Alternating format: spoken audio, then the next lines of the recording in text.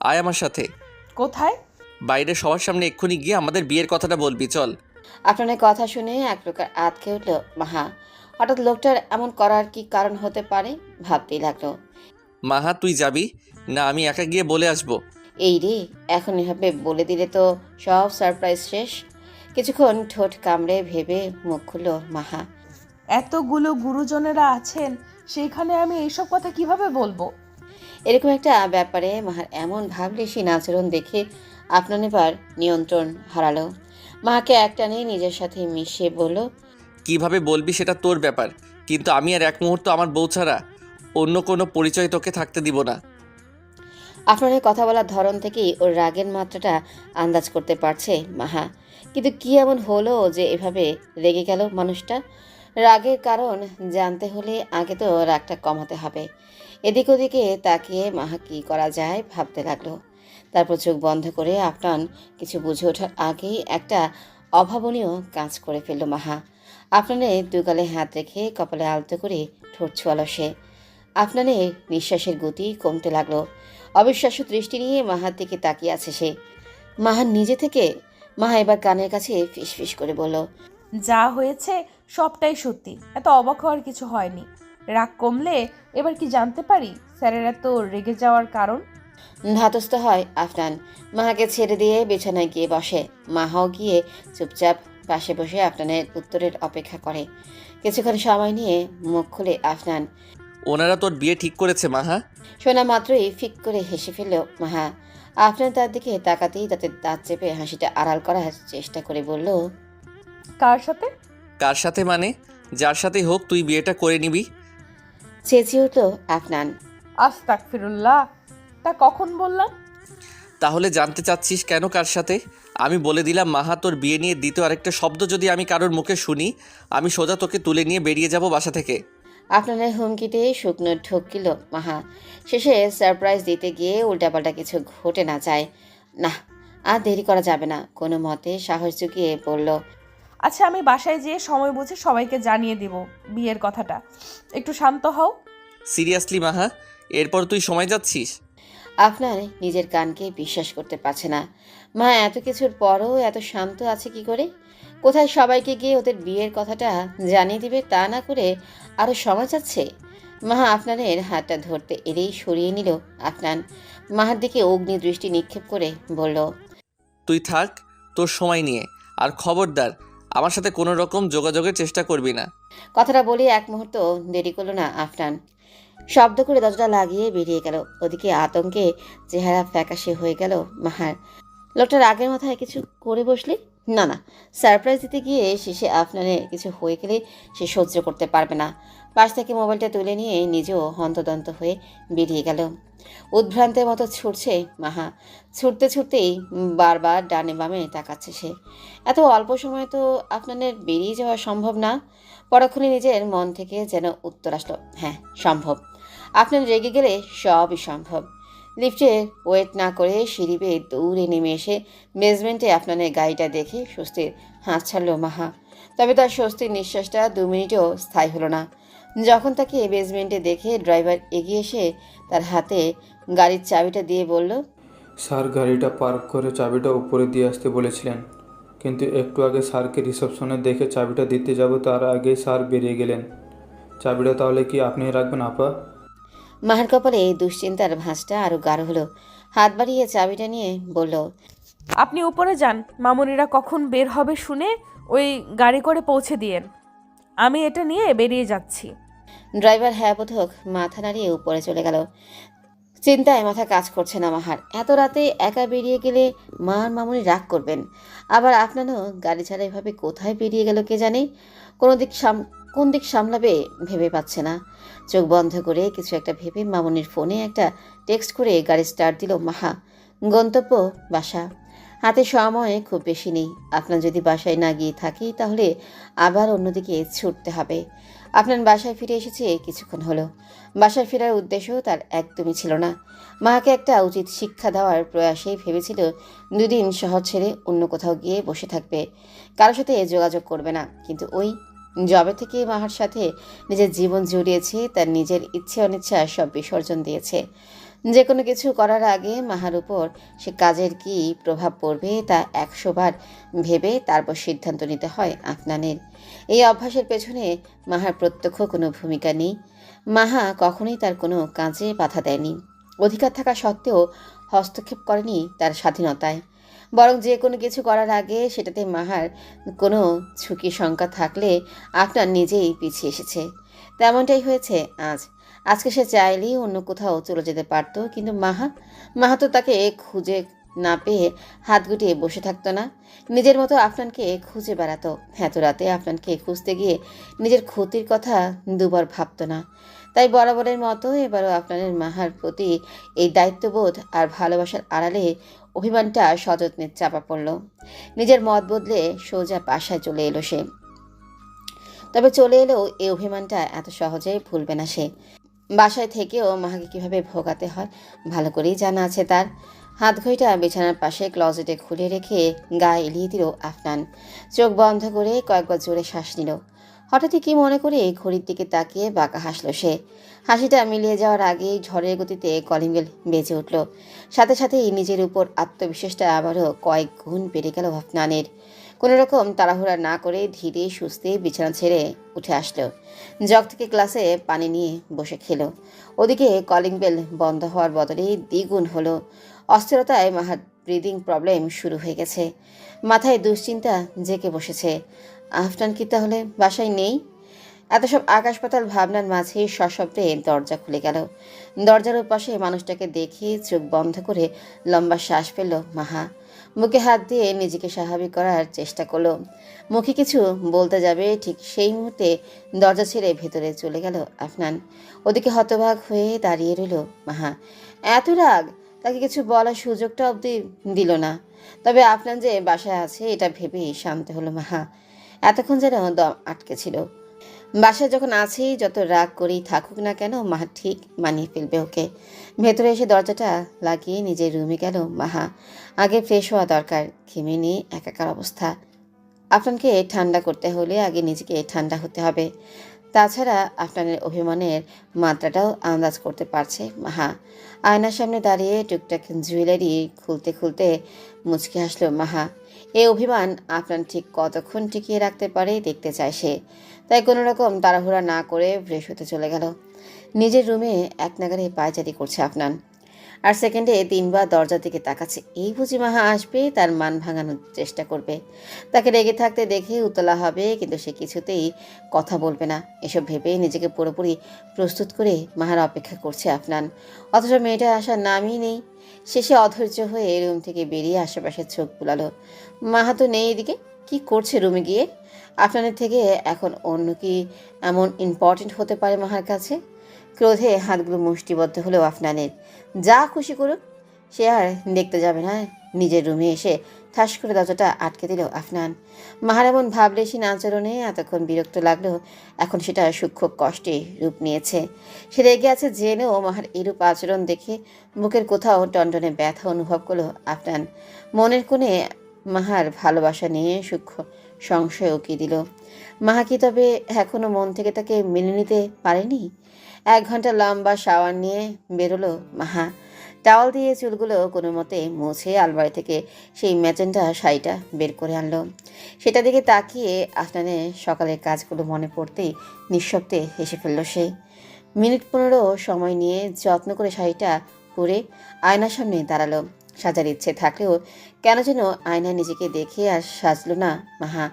আঁচলটা ছেড়ে দিয়ে চুলগুলো পিঠে ছড়িয়ে দিল। সবশেষে ড্রেসিং টেবিলের ড্রয়ার থেকে কিছু একটা নিয়ে আফনানের রুমের দিকে পা বাড়ালো সে। বারান্দায় দাঁড়িয়ে আছে আফনান। আজ বোধহয় অমাবস্যা। আকাশে চাঁদ তারা কিছুই স্পষ্ট নয়, নিকষ অন্ধকারে পরিপূর্ণ চারপাশ। ভেবেছিল আকাশের দিকে তাকিয়ে কষ্টগুলো হালকা হবে, অথচ আকাশটাও আজ বেঁকে বসলো। সাবধানে রুমের দরজা খুলে ভেতরে এলো মাহা। ঘরের লাইট নেভানো, কেমন একটা গুমট পরিবেশ। বারান্দায় মৃদু আলো একটা লাইট জ্বলছে কেবল। তার আলোতেই বুঝতে পারলো আফনান সেখানে দাঁড়িয়ে আছে। সন্তর্পণে হেঁটে আফনানের পেছনে দাঁড়ালো মাহা। ডাকার সাহস হচ্ছে না। আফনান কিভাবে রিয়েক্ট করবে কে জানে। মাহা দ্বিধাদ্বন্দ্বের মাঝেই পেছনে ঘুরল আফনান। মাহা একদম পেছনে দাঁড়িয়ে থাকায় মৃদু ধাক্কা লাগলো দুজনের। মাহা নিজেকে সামনে নিল, থমকে দাঁড়িয়ে রইল আফনান। তার চোখ দুটো সম্পূর্ণ স্থির মাহার উপর। কয়েক মিনিট কেটে গেল ওভাবেই। এই অন্ধকারে তুমুল স্নিগ্ধতা নিয়ে দাঁড়িয়ে আছে মাহা। তার এই স্নিগ্ধ সিক্ত রূপ চারিদিকে তীব্র দ্যুতি ছড়াচ্ছে যেন। আফনান মাহার মাথা থেকে পা অবধি চোখ ঘুরিয়ে আনলো একবার। এটা অবশ্যই তার কল্পনা। বাস্তবের মানুষ এতটা সুন্দর হতেই পারে না। এই সৌন্দর্য নিঃসন্দেহে অপার্থিব। মাহার ভেজা চুল গড়িয়ে কয়েক ফোঁটা পানি আফনানের গায়ে পড়তেই ঘোর কাটল আফনানের। পরপর মাহা তার এক হাত টেনে নিল, ধরিয়ে দিল সেদিনের সেই আংটির বক্সটা। সবকিছু মাথার উপর দিয়ে যাচ্ছে আফনানের। এক পলক বক্সের দিকে তাকিয়ে মাহার দিকে পুনরায় কৌতূহলী দৃষ্টি নিক্ষেপ করল সে। শুনতে পেল প্রেয়সীর কোমল কণ্ঠস্বর। জ্ঞান হওয়ার পর থেকেই যাকে আমার উপর সমস্ত অধিকার দিয়ে দিয়েছিলাম, তাকে নতুন করে সেদিন আর কি অধিকার দিতাম আফনান? আফনান নিশ্চুপ। বুকের ভেতরটা ঢিপ ঢিপ করছে অতি আকাঙ্ক্ষিত কিছু শোনার আশায়। হৃদস্পন্দন অস্বাভাবিক বেশি। মাহা এগিয়ে এসে আফনানের পাশাপাশি দাঁড়ালো। আলতো করে এক হাতে জড়িয়ে বলল, আমার ভীষণ অভিমান হয়েছিল আফনান, তুমি যখন বলেছিলে তোমাকে মন থেকে মেনে নিয়ে আংটিটা পরতে। আমার সমস্ত ভালোবাসার অনুভূতিকে তুমি তুচ্ছ করে দিয়েছিলে এই কথাটা বলে। কারণ আমি তো তোমাকে অনেক আগেই ভালোবেসে মন থেকে নিজের লাইফ পার্টনার হিসেবে মেনে নিয়েছিলাম। তুমি কখনো বুঝতে পারোনি, কষ্ট দিয়ে গেছো আমাকে। তাই সেদিন তোমাকে আষ্টে পৃষ্ঠে নিজের জীবনের সাথে জড়িয়ে প্রবল ইচ্ছে থাকা সত্ত্বেও ফিরিয়ে দিয়েছিলাম। ভেবেছিলাম আমার থেকে দূরে সরিয়ে তোমাকে ঠিক ততটাই ভোগাবো যতটা তুমি আমাকে ভুগিয়েছ। অন্তত আমাদের বিয়ের কথাটা সবাই জানার আগ অবধি আমি সাময়িক তোমাকে একটা শাস্তি দিতে চেয়েছিলাম। আর তুমি ভেবে বসে আছো আমি তোমাকে নিজের উপর অধিকার দেইনি, নিজের বর হিসাবে মেনে নিতে পারিনি। পাশ ফিরে চাইল আফনান। মাহার দিকে তাকিয়ে গম্ভীর কণ্ঠে বলল, তুই আমাকে নিজ মুখে কখনো মেনে নেওয়ার কথা বলেছিলি ভালোবাসিস আমাকে? মুখে বলাটাই সব? আফনান নিশ্চুপ। যতই গাম্ভীর্য দেখাক না কেন, ভুল তো তার হয়েছেই। সে কখনো বুঝতেই পারেনি তার এত অপমান, অবিশ্বাস, খারাপ ব্যবহারের পরও মাহা তাকে এতটা ভালোবাসতে পারবে। সে ভেবেছিল নিতান্তই বাবার চাপে পড়ে বিয়েটা করেছিল মাহা। তাই তো নিজের সংশয় কাটাতে মাহাকে সেদিন আংটিটা পরে তাদের সম্পর্কের স্বীকৃতি দিতে বলেছিল। অথচ মেয়েটা বরাবরের মতো আজও তাকে ভুল প্রমাণ করে জিতে গেল। আফনানের ভাবনার মাঝে একটা অভাবনীয় কাজ করে ফেলল মাহা। আফনানের দুহাত ধরে হাঁটু মুড়ে সামনে বসে গেল। তীব্র আকুতি নিয়ে বলে উঠল, আমি তোমাকে ভালোবাসি আফনান, অনেক অনেক বেশি ভালোবাসি। আমার প্রতিটা নিঃশ্বাসে তুমি জড়িয়ে আছো। আমার একটা ভাবনাও তুমি বিহীন নয়। প্লিজ আমাকে নিজের করে নাও। আমি জানি না ঠিক কিভাবে তোমাকে চাইলে তুমি আমাকে ফিরিয়ে দেবে না। শুধু একটা কথাই বলবো, আমি মুখে বলি বা না বলি, আমার জীবনে একমাত্র ভালোবাসা তুমি আফনান। কবুল বলার পর মুহূর্ত থেকেই আমি মনে প্রাণে তোমাকে নিজের স্বামী হিসেবে মেনে নিয়েছিলাম। তোমার প্রতি থাকা আগের ভালোবাসা বিয়ের পর কয়েক গুণ হয়ে গিয়েছিল, কিন্তু বলতে পারিনি কখনো। অপেক্ষা করে গিয়েছি তোমার বুঝে নেওয়ার, আশায় থেকেছি কবে তুমি আমাকে মন থেকে বউ বলে মেনে নেবে। আর কথা বলতে পারে না মাহা। প্রবল কান্নার দমকে নিজের শরীরের ভার ছেড়ে দেওয়ার আগে আফনান ধরে ফেলে। মার কথাগুলো শোনার সময় কখন যে নিজের চোখেই ভিজে গিয়েছিল বুঝতেই পারেনি আফনান। মাকে ধরে নিজের সাথে মিশিয়ে দাঁড় করিয়ে দেয় আফনান। কান্না ভেজা মুখের দিকে তাকিয়ে থাকে নির্নিমেষ। এই ছোট্ট পাখিটা কি করে এত প্রগাঢ় অনুভূতি নিজের ভেতর জমিয়ে রেখেছিল এতদিন। অথচ সে কত কিছু ভেবে কষ্ট পাচ্ছিল। আফনান মাহার গালে হাত রেখে কপালের ঠোঁট ছোঁয়ায়। চোখ বুজে আসে মাহার। সব অপেক্ষার তবে অবসান হলো আজ। আফনান বক্স থেকে আংটিটা বের করে মাহার হাতটা টেনে নিয়ে সযত্নে পরিয়ে দিয়ে বলে, আজকের পর থেকে তোর সমস্ত অনুভূতি বুঝে নেওয়ার দায়িত্ব আমার, আর সাথে এই গোটা মাহাটাও একান্তই আমার। আলতো হেসে আফনানকে দু হাতে তৎক্ষণাৎ জড়িয়ে ধরে মাহা। আফনানও শক্ত হাতে জড়িয়ে নেয় নিজের সাথে। বুকের ভেতরে তীব্র প্রশান্তি ঢেউগুলো আজ থামবার নয়। কতটা সময় পেরিয়ে গেছে খেয়াল নেই কারোরই। বড় ঘড়ির ঘণ্টাটা বাজতেই চোখ মেলে মাহা। আফনান থেকে দূরে আসতে চাইলেও বাধা দেয় আফনান। অস্ফুট স্বরে বলে, অনেক বছরের তৃষ্ণা মাহা, এত সহজে মিটবে না। এত রাত হয়ে গেছে, ঘুমাবে না? ছাড়ো, আমাকে যেতে দাও। নিজেকে ছাড়িয়ে নেওয়ার চেষ্টা করে বলে মাহা। অথচ আফনান তাকে আরও কাছে টেনে নেয়, কানের কাছে ফিসফিসিয়ে বলে, অসম্ভব। মাহা, আমার একটা ইচ্ছে পূরণ করবি? তড়াক করে আফনানের কাঁধে হেলিয়ে রাখা মাথাটা সোজা করে মাহা। ভীত দৃষ্টি নিবদ্ধ করে আফনানের চোখে। হঠাৎ এরকমভাবে কি চাইতে পারে আফনান? বলা বাহুল্য, আফনানের কথাটা আর পাঁচটা কথার মতো স্বাভাবিক শোনালো না। ইচ্ছেটা শুনতে মাহা অস্ফুট স্বরে বলল, হুম। আপনার মাহার দুগালে হাত রাখলো, গম্ভীর দৃষ্টিতে চোখ বুলালো সারা মুখে। মেয়েটা কি ভয় পাচ্ছে? কিছু সময় তাকিয়ে থেকে বলল, কখনো যদি আমার কিছু হয়ে যায়, আমার জায়গাটা ভুলেও কাউকে দিয়ে দিস না মাহা। যে পরিস্থিতি আসুক না কেন, তোর পাশে অন্য কারো ছায়া দেখলেও আমার ভেতরটা শেষ হয়ে যায় মাহা। জীবন তো একটাই। এই ছোট্ট জীবনে আমি তোর সিকি ভাগ্য কাউকে দিতে পারবো না, মরে গিয়েও না। আপনার কণ্ঠে স্পষ্ট বিষাদের সুর। প্রতিটি শব্দ যেন মাহার রন্ধ্রে রন্ধ্রে সেই বিষাদ পৌঁছে দিচ্ছে, কাঁপুনি ধরিয়ে দিচ্ছে সারা শরীরে। কেন বলল আফনান এমন? গালে রাখা আপনার হাত দুটো হালকা করে সরিয়ে দিল মাহা। বারান্দা থেকে উঠেই রুমে চলে এলো। মানুষটা সবসময় এমন করে। মাহা খুশি সহ্য হয় না একদম এনার। এত সুন্দর মুহূর্তগুলোর মাঝে এমন একটা কথা না বললেই চলছিল না ওনার। অভিমানের রং ছড়িয়ে গেল সারা মুখে। এই বাজে লোকটা সাথে আর এক মুহূর্ত থাকবে না বলে দরজা খুলে হাঁটা ধরল। আপনার নির্বিকার দাঁড়িয়ে আছে বারান্দায়। প্রেয়সীর অভিমানটা তার কাছেও স্পষ্ট। ইদানিং কেন জানে না মনে হয় মাহার সাথে সার্বক্ষণিক থাকার এই সুখটা বুঝি বেশি দিন স্থায়ী হবে না। এই অদ্ভুত অনুভূতির কোনো উপসংহারে আসতেই পারেনি আফনান। শত ভেবেও আজ মাহা যখন তাকে ভালোবাসার কথা বলল, তখন প্রশান্তির ঢেউয়ে ভেতরটা ছেয়ে গেলেও কোথাও মনে হয়েছিল সে না থাকলে মাহার এই ভালোবাসা অন্য কেউ ভাগ বসালে। মাহার পাশে অন্য কাউকে ভাবলেও প্রতিবার গা শিউরে উঠে আপনারে। মাকে সে নিজের চেয়েও বেশি বিশ্বাস করে। মাহার জীবনে সে ছাড়া অন্য কাউকে মাহা মেনে নেবে না, এটা আপনার জানে। কিন্তু পরিস্থিতি বলেও একটা ব্যাপার আছে যে, কখনো এমন পরিস্থিতি এলে মাহাও যদি বাধ্য হয়। এসব আকাশ পাতাল ভাবতে ভাবতেই কখন যে মাহাকে কথাটা বলে ফেলেছিল বুঝতেই পারেনি। আর তাতে অভিমান করে ঘর ছেড়েছেন উনি। বারান্দা থেকে মাহার রুমে পা বাড়ায় আফনান। মেয়েটা দুনিয়ার সবার কাছে স্ট্রং থাকলেও তার সাথে অল্পতেই অভিমান করে বসে।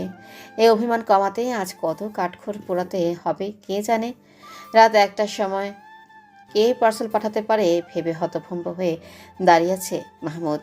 তার সামনে বিশাল ব্ল্যাক রোজের একটা বুকে, একটা বার্থডে কেক, এছাড়াও ছোট বড় অনেকগুলো গিফট নিয়ে কয়েকজন ডেলিভারি বয় দাঁড়িয়ে আছে। মোবাইল বের করে ডেট চেক করলো মাহমুদ।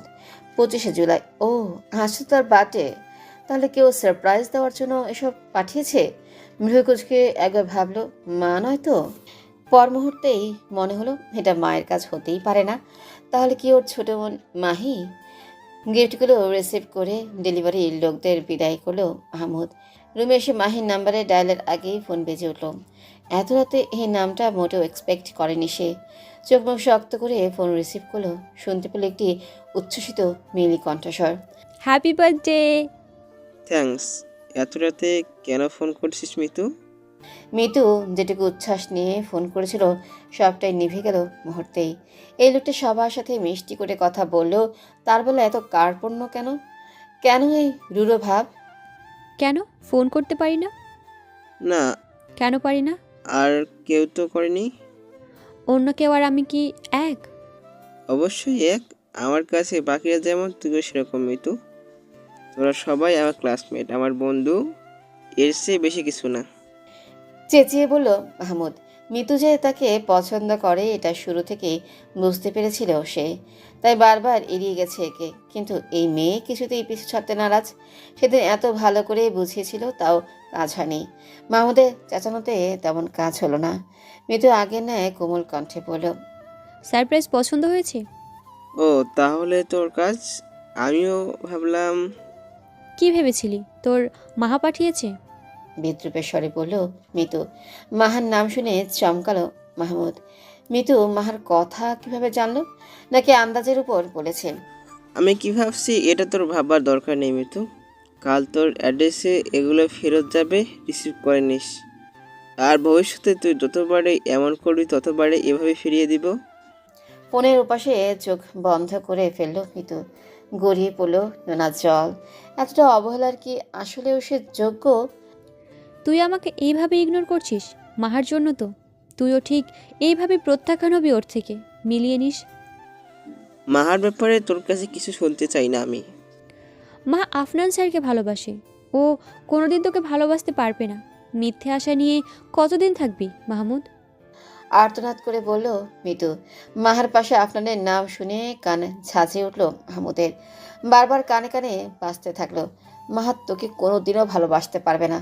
পরক্ষণেই তার ছেলে সুরে বলল, ডাক্তারি ছেড়ে অ্যাস্ট্রোলজি নিয়ে পড়া শুরু করলি কবে থেকে মিতু?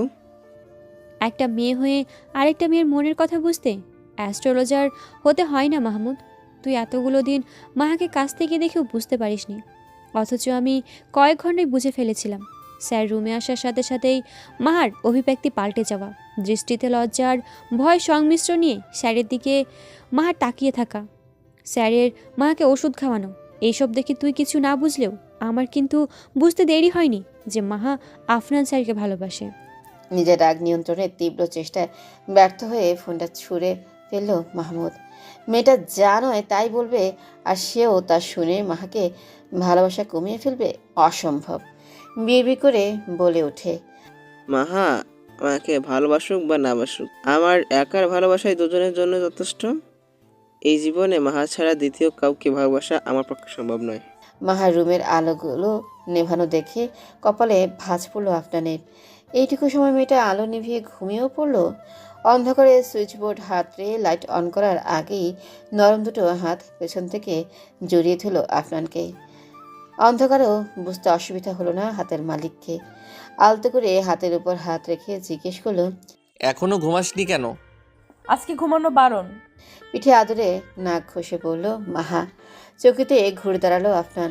মাহার চোখে দৃষ্টি স্থির করলো। আবছা আলোয় আফনানে সে দৃষ্টি মাহার ভেতরটা এফোড় ওফোড় করে দিল। এভাবে তাকে তাকে মারতে চাইছে নাকি লোকটা? কি চাইছিস মাহা? উষ্ণ কণ্ঠে জিজ্ঞেস করলো আফনান। তোমাকে। দৃঢ় জবাব মাহার। বলতে দেরি নেই মাহাকে আঁকড়ে ধরে নিজের সাথে মিশিয়ে ফেললো আফনান।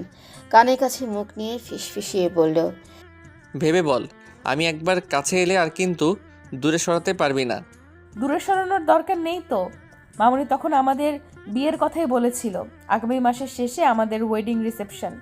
তোমাকে সারপ্রাইজ দিবে ভেবে কেউ বলেনি এতদিন। আফনানের বুকে মুখ গুজে একদমই বলে গেল মাহা। কথাটা শোনা মাত্রই মাহার মুখটা দুহাতে উঁচু করলো আফনান। কিছুক্ষণ সময় নিয়ে কপালে কপাল ঠেকিয়ে বলল, মাস শেষ হতে তো অনেক দেরি মাহা। আমার যে তোকে এই মুহূর্তে প্রয়োজন। অদ্ভুত শিহরণে মাহার সমস্ত লোম দাঁড়িয়ে গেল। ইঙ্গিত দিয়ে গেল অচেনা কোনো ঝড়ের। অস্ফুট স্বরে বলতে নিল। আমি তো। কথা শেষ হওয়ার আগেই ঠোঁটে আঙ্গুল চেপে ধরল আফনান। পরপর তুলে নিল কোলে। এগিয়ে গেল তাদের সম্পর্কে নতুন সূচনার দিকে। উষ্ণ এই রাতের প্রতি প্রহরে এক নতুন আফনানকে আবিষ্কার করলো মাহা। চোখের উপর কড়া সূর্যের আলো পড়তেই কপাল কুঁচকে এলো মাহার। হাত দিয়ে চেহারাটা আড়াল করেও খুব একটা লাভ হলো না। আধো ঘুমের মাঝেই রুমে ডেন্স পারফিউমের তীব্রতায় মস্তিষ্ক সজাগ হলো তার। চোখ দুটো পুরোপুরি মেলতেই সামনের আয়নায় আফনানকে দেখতে পেল সে। নেভি ব্লু শার্টের হাতাটা কোণে পর্যন্ত কোটানো। বাম হাতের ব্ল্যাক ঘড়িটা যে কারোর নজর কাটতে সক্ষম। পরনে grey colour formal pant. Brush দিয়ে চুলগুলো সেট করতে ব্যস্ত আফনান। সব মিলিয়ে এই মুহূর্তে আফনানকে খেয়ে ফেলতে ইচ্ছে করছে মাহার। বিছানায় আছোয়া হয়ে তাকে বলহীন দেখেই চলেছে সে। সাথে ভাবছে এই নিশ্চয়ই সুন্দর কোনো স্বপ্ন। আমাকে দেখা শেষ হলে উঠে রেডি হয়ে নে। আয়নার মধ্য দিয়ে মাহার দিকে তাকিয়ে বলল আফনান। মুহূর্তেই মাহা যেন ফুঁসে ফেলল। আফনানকে এত সকালে নিজের রুমে দেখে সব কেমন তালগোল পাকিয়ে গেল। রাতের কথাও বেমালুম ভুলে গেছে বোধহয়। কয়েকবার পলক ফেলে আফনানের দিকে বোকা চাহনিতে প্রশ্ন ছুড়ল, তুমি এত সকালে এখানে কি করছো? আফনান ঘুরে তাকালো। মুখে মিটিমিটি হাসি নিয়ে মাহার ঠিক সামনে এসে দাঁড়িয়ে পড়ল। Look at your self. শোনা মাত্রই ভ্রু কুচকে ফেলল মাহা। মাথাটা নামিয়ে নিজের দিকে তাকাতে চোখ কপালে ওঠার জোগাড়। তার পরনে আফনানের কালকে টি শার্ট। সাথে সাথেই খিচে চোখ বন্ধ করে ফেলল মাহা। ফুপির বাসা থেকে আসার পর রাতের সব কিছু মস্তিষ্ক যেন পরপর সাজিয়ে তার চোখের সামনে তুলে ধরছে। এতক্ষণ আফনানের সামনে করা নিজের বোকামির কথাগুলো ভেবে চেহারায় রক্তিম আভা ফুটে উঠল তৎক্ষণাৎ। অথচ আফনানের অবিচল দৃষ্টি মাহার উপর। এভাবে তাকিয়ে থেকে মাহাকে বিব্রত করতে বেশ লাগছে তার। খানিকক্ষণ আইঢাই করে মাহা নমনীয় কণ্ঠে জিজ্ঞেস করল, কখন উঠেছো? আমাকে ডাকোনি কেন? ডাকার সময় পেলে তো ডাকবো। এবারে চোখ তুলে চায় মাহা। তখনই আফনান সারা রুম থেকে একবার চোখ ঘুরিয়ে এনে বলে, রুমটার কি অবস্থা করে রেখেছিলি? শাড়ি, জুয়েলারি এগুলো এভাবে কেউ এদিক ওদিক ফেলে রাখে? ওগুলো গোছাতে গিয়েই তো ডাকার সময় পাইনি। তেতে উঠল মাহা, ঝাঁঝালো কণ্ঠে বলল, আমি করেছি। আমি তো কতবার বলেছিলাম এগুলো গুছিয়ে অন্তত চেঞ্জ করে আসি। তুমি তো তারা দেখিয়ে। এইটুকু বলেই দাঁত দিয়ে চেপে ধরল মাহা। ঘাড় ঘুরিয়ে ফেলল অন্যদিকে। সাথেই বুঝতে পারলো আফনানের তাকে আরেকবার লজ্জায় ফেলার প্রয়াস। আফনান এবার সশব্দে হেসে ফেলল। মাহার দিকে ঝুঁকে এসে বলল, থামলি কেন? আমি তারা দেখিয়ে কি বল? তুমি একটা জাতা। মৃদু স্বরে কথাটা বলেই মাহা আফনানকে ধাক্কা দিয়ে পাশ কাটিয়ে দৌড়ে ওয়াশরুমে ঢুকে গেল। মাহা ওয়াশরুম থেকে বের হয়ে বাইরে সকলের আওয়াজ শুনে বুঝতে পারলে মামুনিরা চলে এসেছেন। ড্রায়ার দিয়ে ভেজা চুলগুলো কোনো মতে শুকিয়ে দ্রুত ডাইনিংয়ের দিকে পা বাড়ালো। ডাইনিংয়ে আফনান সানা খেতে বসেছে। মুনিয়া সার্ভ করছে। সাথে চলছে রুহিয়াপুর বিয়ের গতকালকের অনুষ্ঠান নিয়ে বিস্তর আলোচনা। মা ইতস্তত পায়ে সানার পাশে চেয়ার টেনে বসে গেল। মুনিয়া গেল রান্নাঘরে আফনানের জন্য গরম পরোটা আনতে। মাহা প্লেটে অমলেট তুলে নিতে নিতে সানাকে উদ্দেশ্য করে বলল, কাল তোমরা ওখানে থেকে গিয়েছিলে কেন মামুনি? চলে আসলেই পারতে। আমি একা একা ছিলাম। সাথে সাথেই মাহার দিকে পাশ ফিরে চাইলেন সানা। গম্ভীর কণ্ঠে বললেন, একা ছিলি? খালি মুখে বিষম খাওয়ার জোগাড় হলো মাহার। আর চোখে আফনানকে দেখে নিল একবার। বেটা তাকে বিপদে ফেলে আয়েশ করে জুস খাচ্ছে। সানা মাহার সামনে ভেজিটেবলের বাটিটা এগিয়ে দিতে দিতে বললেন, তোদের বয়সটা আমিও পার করে এসেছি। অ্যাক্টিং করতে হলে এমনভাবে করবি যাতে কেউ বুঝতে না পারে। আমার চলে না আসতে যে কারোর অসুবিধা হয়নি তা বেশ বুঝতে পারছি।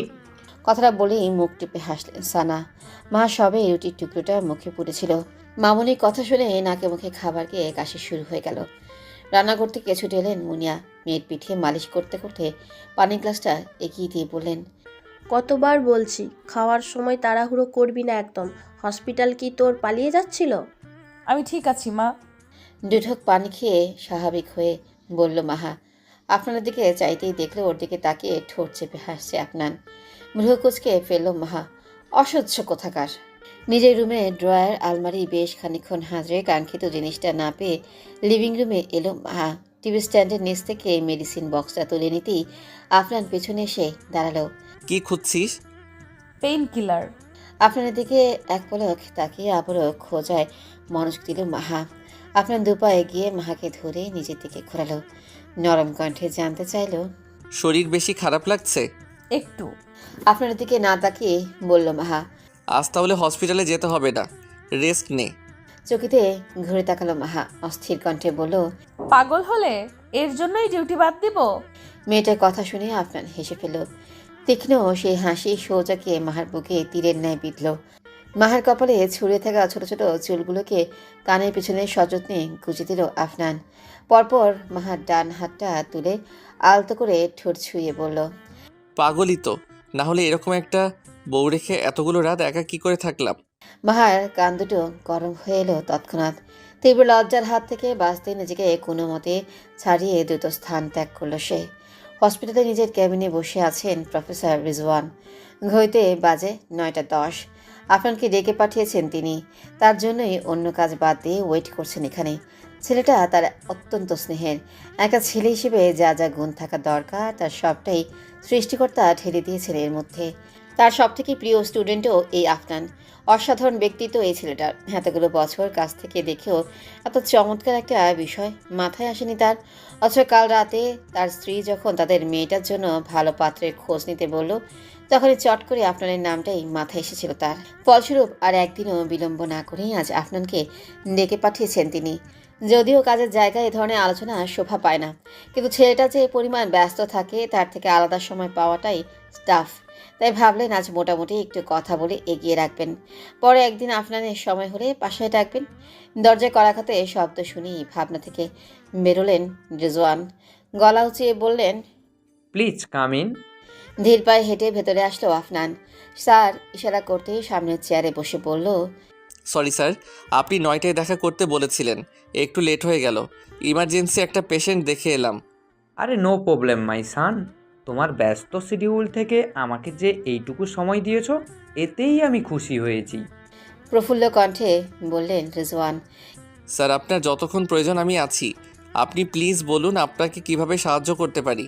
এবারে নড়ে চড়ে বসলো রিজওয়ান। সব কথা আগে ভেবে রাখলেও এভাবে বলতে গিয়ে কোথায় যেন আটকে যাচ্ছে বারবার। সহসা এমন প্রস্তাবে ছেলেটা আবার কিছু মনে করবে না তো? কোনো মতে শুষ্ক ঠোঁট ভিজিয়ে বলতে শুরু করলেন তিনি।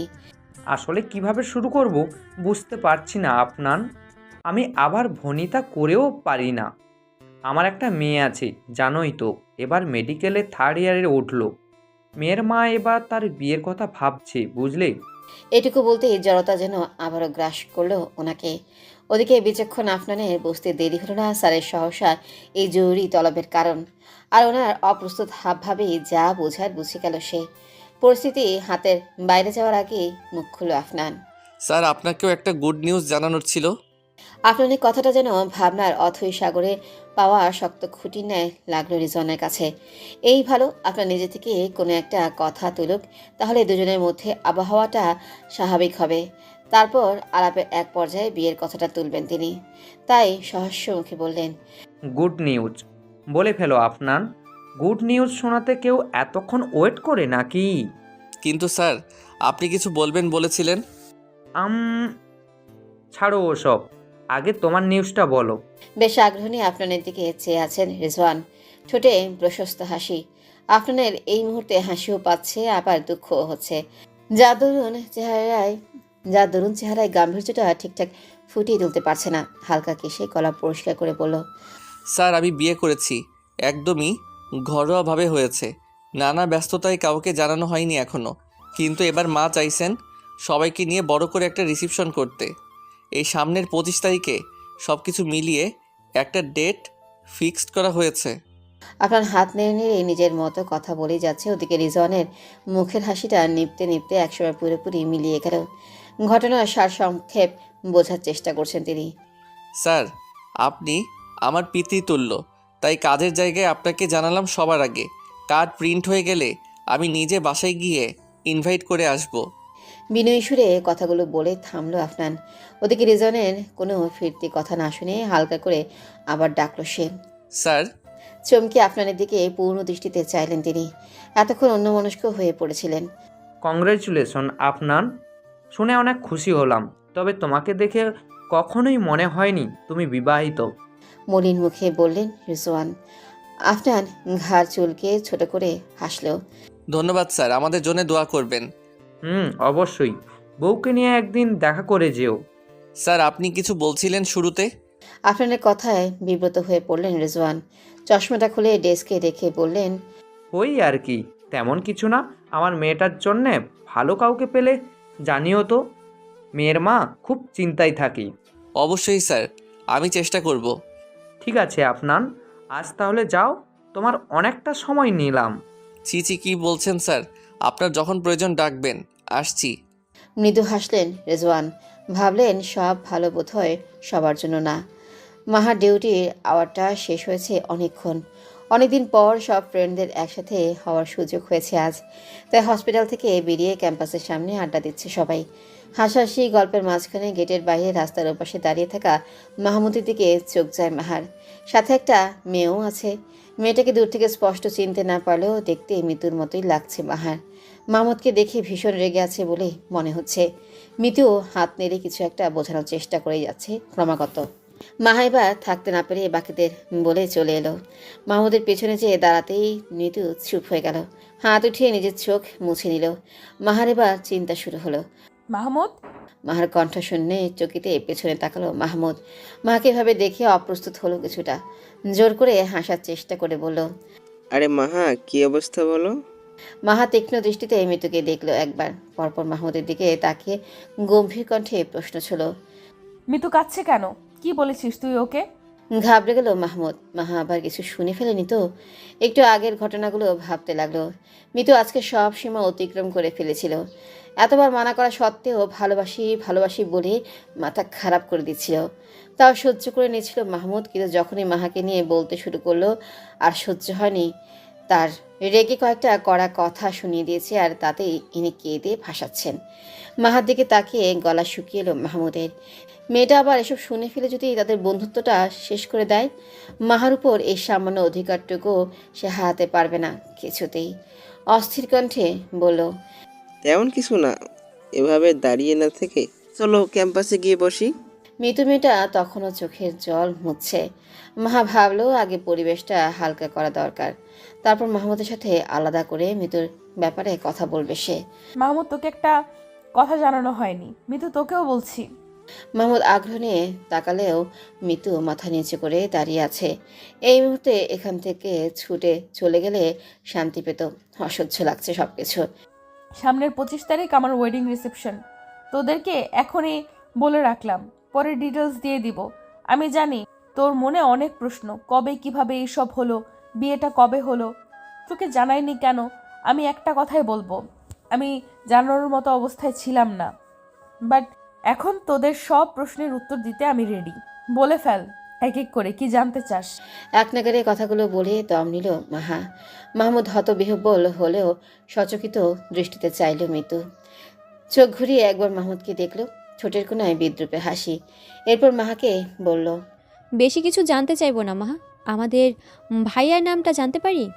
মহাজন এবার লজ্জা পেল। এরা সবাই তো আপনাকে চেনে, এখন এভাবে আপনাদের নামটা বলতেও আরক্তিম হচ্ছে তার চেহারা। মাহমুদ তীক্ষ্ণ দৃষ্টিতে মাহার চেহারার প্রতিটা অভিব্যক্তি খেয়াল করছে। মুখের ভেতরটা দুর্দান্ত গতিতে ধুকপুক করছে। মাহা কার নাম নেবে?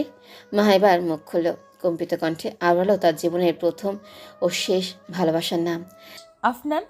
সাথে সাথে হাতে অ্যাপ্রনটা নিচে পড়ে গেল মাহমুদের। না চাইতেও চোখ চলে গেল মিতুর দিকে। মেয়েটা তার দিকেই ঠোঁটে তাচ্ছিলে হাসি নিয়ে তাকিয়ে আছে। মাকে যে কিছু বলবে সেই শক্তিটুকুও পাচ্ছে না মাহমুদ। ধরে আসা গলায় কোনো মতে বলল, মাহা, আমি তোর সাথে পরে কথা বলছি, একটু ইমার্জেন্সি আছে। বলি দ্রুত পায়ে চলে গেল মাহমুদ। মাহা ফিরতে কিছু বলার সুযোগটুকু পেল না। আপনাদের সাথে মাহার দেখা হয় না আজ 3 দিন হলো। একটা কনফারেন্স অ্যাটেন্ড করতে আফটার সিলেট গেছে। এছাড়া আরও টুকটাক কাজে ভীষণ ব্যস্ত হয়ে পড়েছে সে। মাকে ঠিকভাবে সময়ও দিতে পারছে না। 3 দিনে মাত্র 2বার ফোনে কথা হয়েছে আপনাদের সাথে মাহার। তার মস্তিষ্ক সব যুক্তি মেনে নিলেও মন কিছুতেই মানতে নারাজ। সে ক্ষণে ক্ষণে নতুন করে অভিমান জমাচ্ছে আপনাদের উপর। আপনাদের বারান্দায় পাতানো বিন ব্যাগে বসে আছে মাহা। চারপাশে জ্যোৎস্নার মায়াবী আলোর ছড়াছড়ি। এতটা আদরে হয়েও তারা মাহার মন ছুঁতে পারছে না। সে এক মনে ভেবেই চলেছে আপনার আর তার কাটানো একান্ত ব্যক্তিগত সময়গুলোর কথা। হাতের ফোন উঠিয়ে আরও একবার ডায়াল করলো আপনাদের নাম্বারে। বিগত 2 ঘন্টার ন্যায় এবারও ফোনটা বন্ধ শোনালো। বিরক্তিতে হাতের ফোনটা রুমে এসে বিছানায় ছুঁড়ে ফেলল সে। এত রাত হয়ে গেল অথচ আপনাদের কাজ শেষ হয় না? ফোনটা তো অন্তত অন রাখতে পারে। হঠাৎ মায়েরটাকে সচকিত হলো মাহা। অস্থির কণ্ঠে অবিরাম ডেকেই চলেছে তাকে। মায়ের কণ্ঠ একদমই স্বাভাবিক শোনালো না। এক একটা ডাকে বুক কেঁপে উঠছে মাহার। জোর কদমে ড্রয়িং রুমে উপস্থিত হলো সে। কেউ কিছু বলার আগেই টিভি থেকে আগত শব্দগুলো শুনে ধপ করে মাটিতে বসে পড়ল সে। পর মুহূর্তে উঠিয়ে রিমোট নিয়ে চ্যানেল পাল্টাতে শুরু করলো। এসব নিউজ সত্যি হতে পারে না, কিন্তু প্রতিটা চ্যানেলেই গোটা গোটা অক্ষরে একই ব্রেকিং নিউজ দেখাচ্ছে। সিলেটে চলমান মেডিকেল কনফারেন্সে ভয়াবহ এসি বিস্ফোরণ, আহত প্রায় 1/2 চিকিৎসক।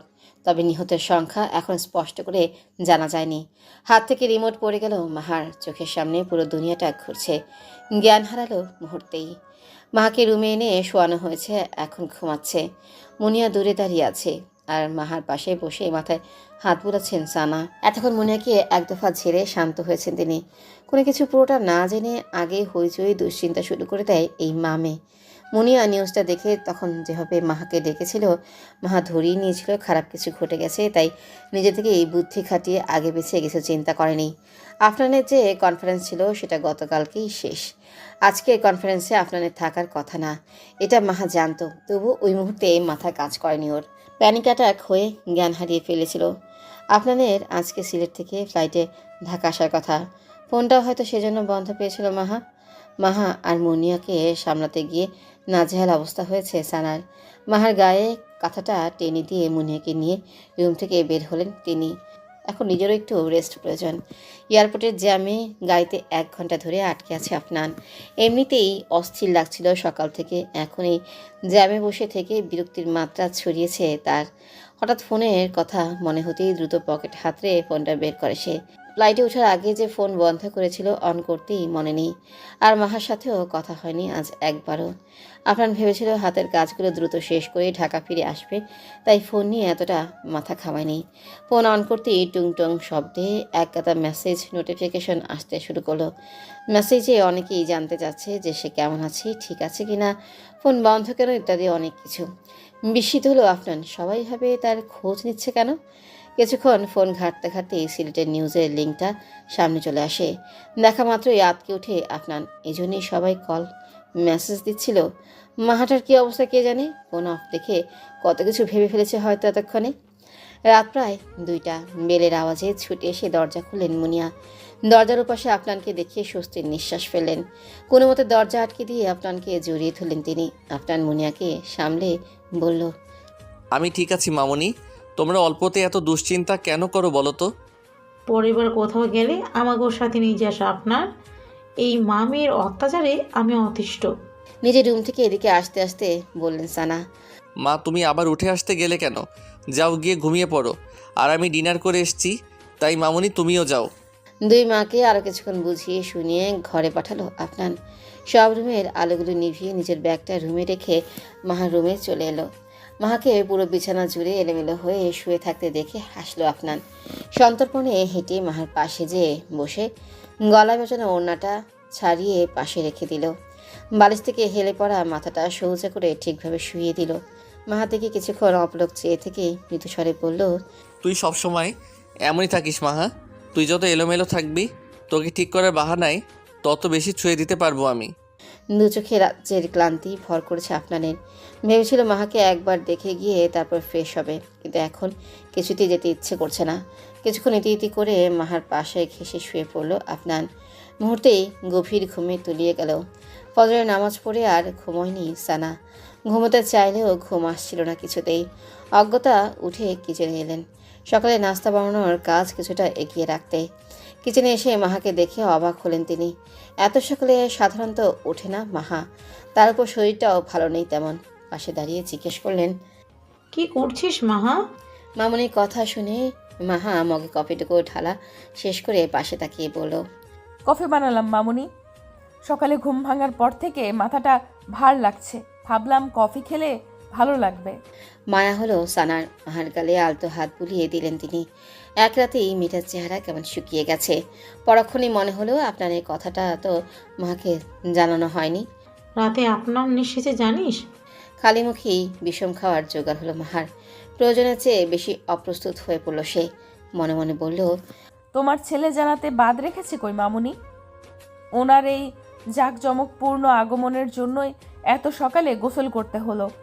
আর ঠান্ডা যাতে না লাগে তাই এখন কফিও খেতে হচ্ছে। ভোরে ঘুম ভেঙে ওনাকে পাশে দেখে শুধু ডেকে বলেছিলাম, তুমি ঠিক আছো? এরপর বাকিটা ইতিহাস। মাহাকে নীরব দেখে আবারও ডাকলেন সানা। কিরে, কোথায় হারিয়ে গেলি? না, শুনছি, বলো। ভাবনার ইতি টেনে বলল মাহা। বলছি আপনার এসেছে, রুমে আছে, দেখে আয় গিয়ে একবার।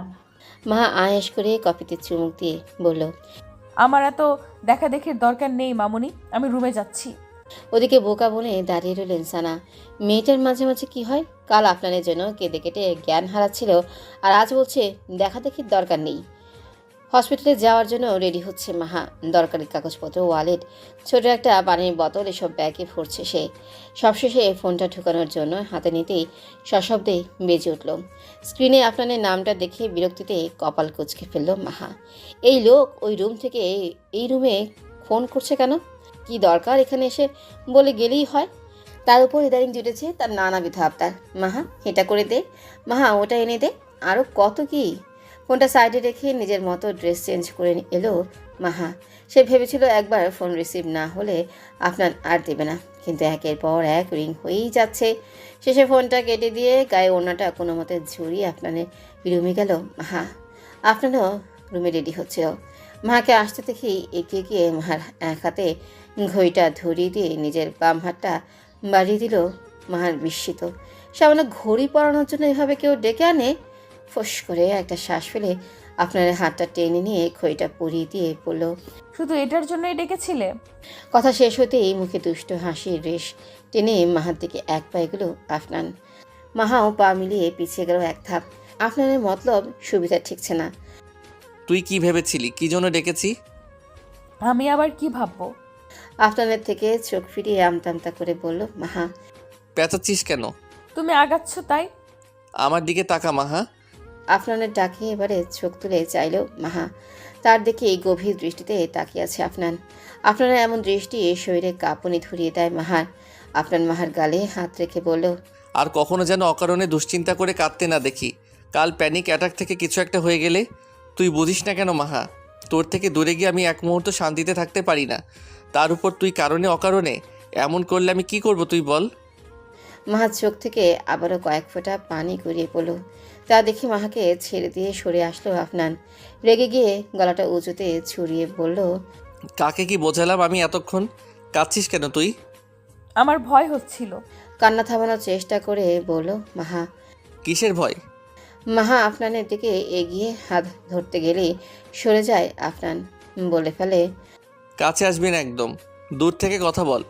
মাহা স্তম্ভিত হয়ে নিজের বাড়ানো হাতটা নামিয়ে ফেলে। আফনান এভাবে বলতে পারলো তাকে? নিজেকে সামলে নিয়ে বলল, তোমাকে হারিয়ে ফেলার ভয়ে মাথা কাজ করেনি তখন।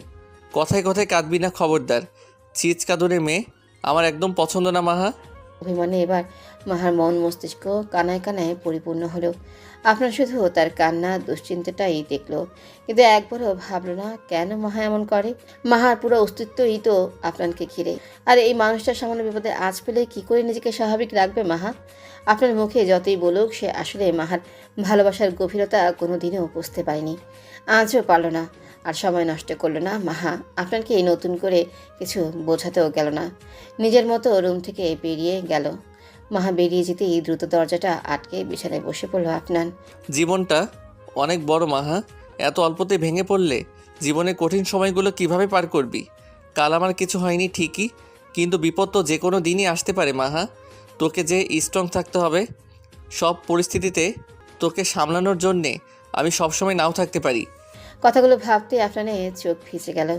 হাত দিয়ে ভেজা চোখ মুছে আবারও ভাবলো, আজকের ব্যবহারের জন্যে মাফ করে দিস মাহা। আদর করে ভালোবেসে বোঝালে তুই আরও দুর্বল হয়ে পড়তি। তোকে স্ট্রং বানাতে আমি না হয় একটু খারাপই হলাম। কবে থেকে ভালোবাসো মাহমুদকে? ক্যালেন্ডার দেখে তো ভালোবাসিনি মাহা। মৃত্যুর কথায় সামান্য অপ্রস্তুত হলো মাহা। সে তো এটা বোঝাতে চায়নি। পুনর্বার বোঝানোর সুরে বলল, তা বলিনি। কবে বুঝতে পেরেছিলে মাহমুদের জন্য তোমার এই অনুভূতি? হসপিটাল ক্যাফের জানালা দিয়ে বাইরে তাকালো মিতু। বেশিরভাগ ক্ষেত্রে ভালোবাসার গল্পগুলো মানুষকে কাঁদায়। তার গল্প মানুষ শুনলে হাসবে। আজকে মাহা ডিউটি শেষে কথা আছে বলে এখানে ডেকে এনেছে। মেয়েটা খুবই বুদ্ধিমতী। নিশ্চয়ই সেদিন মাহমুদের সাথে কথা বলার সময় কিছু একটা আন্দাজ করেছিল, তাই আজ সরাসরি জানতে যাচ্ছে। কিন্তু মাহার এই প্রশ্নের কি উত্তর দিবে সে? মাকে আদৌ তাকে বিশ্বাস করবে? মিতু, মাহার ডাকে সামনে তাকালো মিতু। লম্বা শ্বাস নিয়ে ধাতস্থ করলো নিজেকে। বলতে শুরু করলো তার দিকের গল্পটা। জানো মাহা, মাহমুদ একটা মেয়েকে ভালোবাসে। শুধু ভালোবাসে বললে ভুল হবে, একদম নিঃস্বার্থভাবে ভালোবাসে।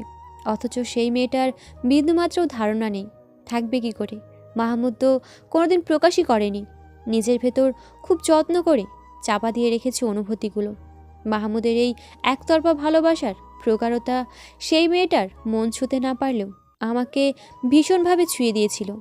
ব্যাস, ধ্যান জ্ঞান ভুলে ওর প্রেমে পড়ে গেলাম। আর ধীরে ধীরে সময়ের সাথে কবে যে এই প্রেম হৃদয় উজাড় করা ভালোবাসায় বদলে গেল বুঝতেই পারিনি। যে মানুষটা কোনো প্রত্যাশা না রেখেই কাউকে এতটা ভালোবাসতে পারে, সে মানুষটাকে ভালোবাসতে ব্যাকুল হয়েছিলাম। বেশ কিছুক্ষণ সময় নিয়ে বলল মিতু। মাহা নিশ্চুপ। মিতুর বলার প্রতিটা শব্দ ওকে নাড়িয়ে দিচ্ছে। মেয়েটা ভালোবাসার জন্য কতটা সেলফলেস। মাহমুদকে জানিয়েছিলে? একবার নয়, বহুবার জানিয়েছি মাহা। বিনিময়ে পেয়েছি প্রত্যাখ্যান। ওই মানুষটার জন্য আমাকে ভালোবাসা তো দূর, আমার ভালোবাসার আরজি শোনাটাও যেন পাপ। কথাগুলো বলেই মিতু চোখের পানি লুকানোর চেষ্টা করলো, কিন্তু মাহা ঠিকই ধরে ফেলল। উঠে এসে তার পাশে দাঁড়িয়ে বলল। তোমাকে একটু জড়িয়ে ধরি মিতু। তৎক্ষণাৎ মিতু উঠে জড়িয়ে ধরল মাহাকে। কষ্টে ছেয়ে যাওয়া বুকে সত্যি একটু শীতলতা অনুভব করলো সে। কান্না আটকে মাহাকে বলল। তুমি অনেক লাকি মাহা, স্যারকে নিয়ে অনেক ভালো থেকো। আমাকে সব সময় তোমাদের শুভাকাঙ্ক্ষী হিসেবে পাশে পাবে। স্বস্তির হাসি হাসলেও মাহা মিতুকে ছেড়ে দিয়ে বলল।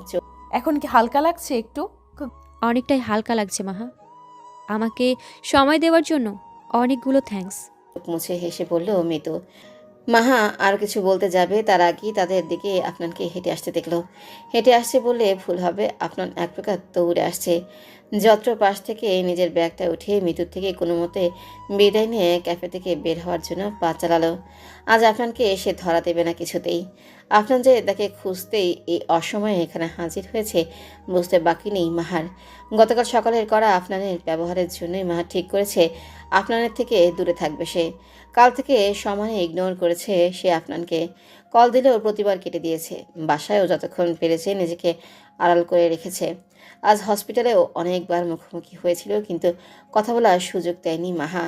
হসপিটালের অন্য মানুষ থাকায় আফনানও কিছু বলতে পারেনি মাহাকে। আফনান দ্রুত হেঁটে মাহার কাছে এসে কিছু বলবে এর আগেই মাহা পাশ কাটিয়ে বের হয়ে গেল। যেন চেনেই না আফনানকে। হতভম্ব আফনান, সাথে হাঁপাচ্ছেও। মেয়েটা এভাবে ইগনোর করলো তাকে। প্রচণ্ড রাগিয়ে হাতগুলো মুষ্টিবদ্ধ হলো আফনানের। চোখ বুজে একটা দীর্ঘশ্বাস ফেলে বলল। আমিও দেখি তুই কতক্ষণ আমার থেকে দূরে থাকতে পারিস মাহা। সন্ধ্যায় বাসায় ফিরে নিজের চাবি দিয়ে নিঃশব্দে দরজা খুলে ভেতরে এলো মাহা। আজকে রাতের আগে আফনানের ফেরার সম্ভাবনা নেই, তাই এখন নিশ্চিন্ত মনে রুমে গিয়ে এক ঘুম দিবে। আশেপাশে একবার চোখ বুলালো মাহা। মা বা মামনি কেউ দেখার আগেই রুমে যেতে হবে, নাহলে খাওয়া নিয়ে জোরাজুরি করবেন। আর এর মাঝেই আপনার বাসায় চলে এলে কোনো রিস্ক নেওয়া যাবে না। রুমে এসে ভালো মতো লকটা আটকে দিয়ে স্বস্তির হাঁচছিল মাহা। মুখে প্রশস্ত হাসি নিয়ে ঘুরে দাঁড়াতেই চোখ গেল সামনে থাকা আফনানের দিকে। আলমারিতে হেলান দিয়ে পকেটে হাত গুছিয়ে দাঁড়িয়ে আছে আফনান। চোখে মুখে তার বিশ্বজয়ের হাসি, অথচ মাহার হাসিটা মিলিয়ে গেল মুহূর্তেই। আফনান এগিয়ে এলো, হাত উঁচিয়ে উপরে সিটকিনিটা তুলে দিয়ে বলল। এত যত্ন করে নিচের দুটো আটকেছিস, এটা বাদ থাকবে কেন? মাহা দেয়াল ঘেঁষে চুপচাপ দাঁড়িয়ে আছে। আফনান যে বিছানায় আছড়া হয়ে আছে। দাঁড়িয়ে না থেকে তাড়াতাড়ি ফ্রেশ হয়ে আয়, আমি ওয়েট করছি। আফনান যথেষ্ট স্বাভাবিকভাবে কথা বলছে, যেটা ঠিক হজম হলো না মাহার। এ নিশ্চয়ই ঝড়ের পূর্বাভাস। আলমারি হাতে প্রথম যে জামাটা এলো ওটা নিয়েই বাথরুমে ছুটল সে। ফ্রেশ হওয়া শেষ হলে বাহিরে আসার সাহস হচ্ছে না মাহার। ইচ্ছে করছে এখানেই বিছানা পেতে শুয়ে পড়তে। সাথে কপাল কুঁচকে ভাবলো সে নিজে যখন বাড়ি করবে অবশ্যই বাথরুমে বেডের ব্যবস্থা রাখবে। পরক্ষণেই মনে হলো নিজের বাড়ি করার মতো অত টাকা তার এখনো হয়নি। সমস্যা নেই, অন্য মেয়েরা তাদের হাজব্যান্ডের পকেট কেটে শাড়ি গহনা কিনে সে না হয় বাথরুমে একটা বেড পাতবে, এতে দোষের কিছু নেই। ঘড়ি ধরে 15 মিনিটের মাথায় মাহা বাইরে আসলো, কিন্তু একই সামনে তাকিয়ে দেখলো আপনার নেই। বিছানায় তো বসেছিল, কোথায় গেল? মনে মনে খুশি হলো মাহা। এবারের মতো বেঁচে গেছে ভেবে এক পা এগোতে পাশ থেকে মাহাকে টেনে নিজের সাথে মিশিয়ে ফেল আফনান। ঘটনার আকস্মিকতায় ভয় পেয়ে গেছে মাহা। তার দিকে তাক করা আফনানের ক্ষুব্ধ দৃষ্টি ভয়টা দ্বিগুণ করে দিল। শাস্তি দিচ্ছিস আমাকে? কিসের শাস্তি? কাল একটু বকেছিলাম বলে এইভাবে শাস্তি দিচ্ছিলি? আমি কাউকে শাস্তি দেইনি। মাহাকে আরও একটু কাছে টেনে নিল আফনান। কপালে কপাল ঠেকিয়ে বলল। কিন্তু আমি দিব। কি? ভীত কণ্ঠ মাহার। শাস্তি? আমি তো। আর বলতে পারল না মাহা। নিমিষেই চার ঠোঁট মিলিয়ে ফেল আফনান।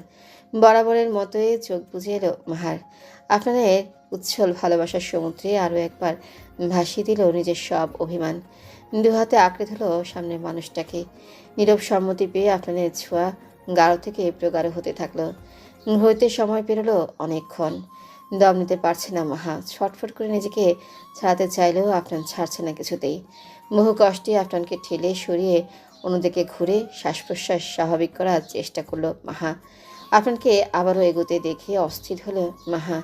হাত নেড়ে বলল, আর না প্লিজ, কষ্টে আছি খুব। ফোঁস করে একটা শ্বাস ফেলল আফনান। মেয়েটা সবসময় 2 লাইন বেশি বোঝে। সে তার মতো এগিয়ে এসে গ্লাসের পানিটা তুলে মাহার সামনে ধরল। মাহা এবার শান্ত হলো, এক নিঃশ্বাসে পুরো গ্লাস ফাঁকা করলো। আফনান এবার বলল, কাল রাতে দরজা লক করে ঘুমিয়েছিলি কোন খুশিতে? আমি আসবো জানতি না? চমকে তাকালো মাহা। আফনান ভোলেনি। সে ভেবেছিল আফনান জানতে চাইবে, অথচ উনি ঠিকই মনে রেখেছে। এখন আফনানকে কি উত্তর দেবে সেটাই ভাবছে। মাহার থেকে উত্তর না পেয়ে মুখ খুলল আফনান। অনেক ভেবেছিস, রাতের হিসাব একটু পর করছি। এখন আমার ঘাটটা টিপেতে সকাল থেকে ব্যথা করছে। বলেই বিছানায় আয়েশ করে পা তুলে বসলো আফনান। আফনানের দিকে কটমট করে তাকিয়ে বিছানায় উঠে বসলো মাহা। আপনার লম্বা হওয়ায় বসে থেকে টিপে সুবিধা করতে পারলো না মাহা, তাই হাঁটুতে ভর দিয়ে বসে টিপতে লাগলো। নিজে বকবে আবার নিজেই চোটপাট করবে, যত সব। বিড়বিড়ে বলল মাহা। গলা টিপে দিস না আবারই। মাহার দিকে ঘুরে বলল আফনান। পারলে একেবারে কামড়ে দিতাম, তখন বুঝতে। রেগে বলল মাহা। আফনান এবার সশব্দে হেসে ফেল। হাসতে হাসতে গুড়িয়ে পড়ার অবস্থা। মাহা চোখ মুখ কুঁচকে তাকিয়ে আছে সেদিকে। আচমকা মাহাকে টেনে সামনে এনে নিজের কোলে বসিয়ে দিল আফনান। মাহার লাল হয়ে যাওয়া নাকটা টেনে দিয়ে বলল, একটা কিছু তো ঠিকমতো করতে পারিস না, কামড়ে দিবি কি করে? মুখের উপর সরাসরি এমন কথা শুনে আরক্তিম হলো মাহার ফর্সা চেহারা। চোখ নামিয়ে নিল দ্রুত। আফনানের দেওয়া লজ্জা থেকে বাঁচতে শেষে আফনানকেই ঝুড়িয়ে ধরল মাহা। চোখের নিমেষেই মাস গড়িয়ে গেল। রিসেপশনের বাকি মাত্র 3 দিন। কাজের চাপে এক একজন নাজেহাল অবস্থা। গেস্টরা আসা শুরু করেছে একে একে। বিচ্ছু বাহিনী আর অন্যান্য কাজিনরাও চলে এসেছে। এত ব্যস্ততার মধ্যেও মাহা আপনার কারোরই ছুটি মেলেনি। হসপিটাল সামলে বাসায় এসেও সমানতালে কাজ করতে হচ্ছে ওদের। এত গেস্টদের থাকার জন্য রুমের অ্যারেঞ্জমেন্ট চেঞ্জ করা হচ্ছে। কিছু ফার্নিচার সরিয়ে এক্সট্রা বিছানা পাতা হচ্ছে সেখানে। ডাইনিংয়ে বসে মামনির সাথে নকশি পিঠা বানাচ্ছিল মাহা। তখনই আফনানকে বাইরে থেকে আসতে দেখলো সে। ঘেমে নিয়ে একাকার অবস্থা। কয়েকটা ছোটোখাটো ফার্নিচার ছাদের স্টোর রুমে রাখতে গিয়েছিল আফনান। টানা কয়েকবার ওঠানামা করতে করতে দরদরিয়ে ঘামছে সে, হাঁপাচ্ছেও প্রচুর। মায়া হলো মাহার। বেসিনে হাত ধুয়ে কিচেনে গিয়ে বেশি করে লেবু চিনি দিয়ে শরবত বানালো সে। আশেপাশে একবার তাকিয়ে মৌকে দেখতে পেল। মৌ 2 হাতে 2টো ড্রেস নিয়ে মাহার কাছেই আসছিল। দেখো তো মাপি, গ্রিনটা পরবো না ব্লুটা? মাহা এসবে মন নেই, তাও এক পলক তাকিয়ে বলল, সবুজটা পরো। মাহার উত্তর পেয়ে সন্তুষ্ট হলো সে। মৌ যাওয়ার আগে ওর হাতে গ্লাসটা ধরিয়ে দিল মাহা। তোমার দা ভাইকে এটা দিয়ে এসো তো। মুচকি সে গ্লাসটা নিয়ে চলে গেল মৌ। মাহার এসব হাসাহাসি পাত্তা দেওয়ার টাইম নেই। মৌ যা ভাবার ভাবুককে। আফনান রাউন্ডে গেছে অনেকক্ষণ। সারাটা সময় ওর পিছে ঘুরঘুর করেও ওকে একা পাচ্ছে না মাহা। আফনান আর ওর বাহিনীর পিছু পিছু পুরো হসপিটাল দৌড়ে হাঁপিয়ে উঠেছে সে। ওয়ার্ডের বাইরে অনেকক্ষণ দাঁড়িয়ে থেকে পা দুটো ধরে এলে যখনই ভাবলো একটু বসবে, তখনই আফনানকে বাকিদের সাথে বেরিয়ে আসতে দেখলো। আফনান বেরোতেই মাহার সাথে চোখাচোখি হলো। মাহা অস্থির হাবভাবেই আফনান বুঝে গেল সে কিছু বলতে চায়। মাহাকে দেখেও কিছু না বলে পাশ কাটিয়ে চলে গেল সে। এতক্ষণ দাঁড়িয়ে থাকার পর আফনানের এমন ব্যবহার সহ্য হলো না মাহার। রেগে মুখ দিয়ে কিছু বের করার আগেই ফোনের মেসেজ টোন বেজে উঠল। চেম্বারে আছি, চলে আয়। মেসেজ দেখে এক মুহূর্ত সময় নষ্ট না করে আফনানের চেম্বারে ছুটল সে। আফনান চেম্বারে এসে চেয়ারে বসে একচোটে ঘুমিয়ে নেওয়ার প্রস্তুতি নিচ্ছিল। অমনি হুট করে দরজা খুলে ঝড়ের গতিতে ভেতরে এলো মাহা। আরে আরে আস্তে আয়, পড়ে যাবি তো। আমাকে এত মিস করছিস বললেই হতো। অসময়ে আফনানের রসিকতাটা গায়ে মাখল না মাহা। যে কাজে এসেছে সেটা হলেই হলো। সবাইকে আফনানের সামনে টেবিলে কিছু রিপোর্ট রেখে বলল, এগুলো একটু চেক করো তো, সব ঠিক আছে কিনা। আর রিপোর্ট ফাইন্ডিংসটাও কনফার্ম করে সাইন করে দাও এখানে একটা। আফনান একবার সামনে রাখা কাগজগুলোর দিকে তাকিয়ে আবারও মাহার দিকে তাকালো। কি এগুলো? আর তুই দাঁড়িয়ে আছিস কেন? আবার হাঁপাচ্ছিসও? আগে বস, তারপর দেখছি। বসার টাইম নেই, তুমি প্লিজ তাড়াতাড়ি দেখে আমাকে দিয়ে দাও। আফনান হার মানল। সামনের রিপোর্টগুলো এক এক করে দেখতে লাগলো। কার রিপোর্ট এটা? নাম নেই কেন? নাম দিতে ভুলে গেছে বোধহয়। যার রিপোর্ট আমি তাকে বুঝিয়ে দেব, তুমি দেখো তো। অযথা তারা দেখিয়ে বলল মাহা। আফনান পুনরায় রিপোর্ট দেখায় মনোযোগ দিল। অভিজ্ঞ ভঙ্গিতে একের পর এক পাতা উল্টিয়ে নিজের মতো দেখেই যাচ্ছে। মাহা তীক্ষ্ণ দৃষ্টিতে পরখ করছে তাকে। আফনান যখন সিরিয়াস মুডে কোনো কাজ করে ওকে দেখতে অন্যরকম সুন্দর লাগে। মনে হয় গালটা টিপে দিই। নিজের ভাবনায় নিজেই হেসে ফেলল মাহা। পরক্ষণে চোখ মুখ শক্ত করে ফেলল। আফনানের সামনে মোটেও হাসা যাবে না এখন। বুঝে ফেলতে পারে আফনান সবগুলো দেখা শেষ করে সাইন করে দিল। এরপর মাহা থেকে বাড়ি দিয়ে বলল, এগুলো তো প্রেগনেন্সির টেস্ট রিপোর্ট, আমাকে দেখাচ্ছিস কেন? নুরুন্নাহার ম্যাডামকে দেখিয়ে নিস আরেকবার। কেন, তুমি দেখলে কি সমস্যা? বাড়িয়ে রাখা রিপোর্টগুলো হাতে নিয়ে বলল মাহা। সমস্যা কিছু না, কিন্তু গাইনি পেশেন্টদের জন্য ম্যাডামই ভালো হতো, তাই বললাম। হ্যাঁ হ্যাঁ, কনসালটেশনের জন্য ম্যাডামের কাছে পাঠাবো ভেবো না, আমি শুধু রিপোর্টগুলো তোমাকে দেখতে বললাম। আফনান ওপর নিচ মাথা নাড়িয়ে বোঝালো সে বুঝেছে। মাহা এবার কৌতূহলী দৃষ্টিতে তাকালো আফনানের দিকে। প্রশ্নটা করতে চাইলেও ঠোঁটের আগায় এসে আটকে যাচ্ছে। বুকের ভেতরটা ঠিপ ঠিপ করছে। সে নিজেও দেখেনি রিপোর্টগুলো। আফনানের মুখ থেকে শুনবে বলে। আফনান মাহার দিকে তাকিয়ে দেখলো মাহা তার দিকেই তাকিয়ে কিছু একটা ভাবছে। মাহার চোখের সামনে দুবার হাত নাড়িয়ে বলল, কি ভাবছিস? আফনানের ডাকে নড়ে চড়ে নিজেকে স্বাভাবিক করলো মাহা। বহু কষ্টে কণ্ঠে আওয়াজ এনে বলল, কি আছে রিপোর্টে? রিপোর্ট তো পজিটিভ, 5 উইক্সের প্রেগনেন্সি। আর ইউএসজি এর ফিল্মটা কোথায়? এখানে তো দেখলাম না। আপনার নিজের মতো বলে গেল। আর 5টা রোগীর রিপোর্ট যেভাবে দেখে ঠিক সেভাবে এই রিপোর্টগুলোও দেখেছে সে। ওদিকে আফনানের কথাগুলো শুনে মাহা রীতিমতো হাত পা কাঁপছে। চেয়ারের হ্যান্ডেলে হাত দিয়ে ভারসাম্য রক্ষা করলেও নিজের চোখগুলো ভিজে আসতে চাইছে অতিরিক্ত খুশিতে। আফনানের প্রশ্নের উত্তর দিতে ভুলে গেছে। না, এখানে আর এক মুহূর্ত থাকা যাবে না। আফনান বুঝে গেলে সারপ্রাইজ শেষ। আমি আসছি। শুধু এটার জন্য এসেছিলি? বলি আর দেরি করলো না মাহা। যেভাবে এসেছিল ঠিক সেভাবেই ঝড়ের গতিতে বেরিয়ে গেল। পেছনে ওর যাওয়ার দিকে দীর্ঘশ্বাস ফেলে তাকিয়ে থাকলো আফনান।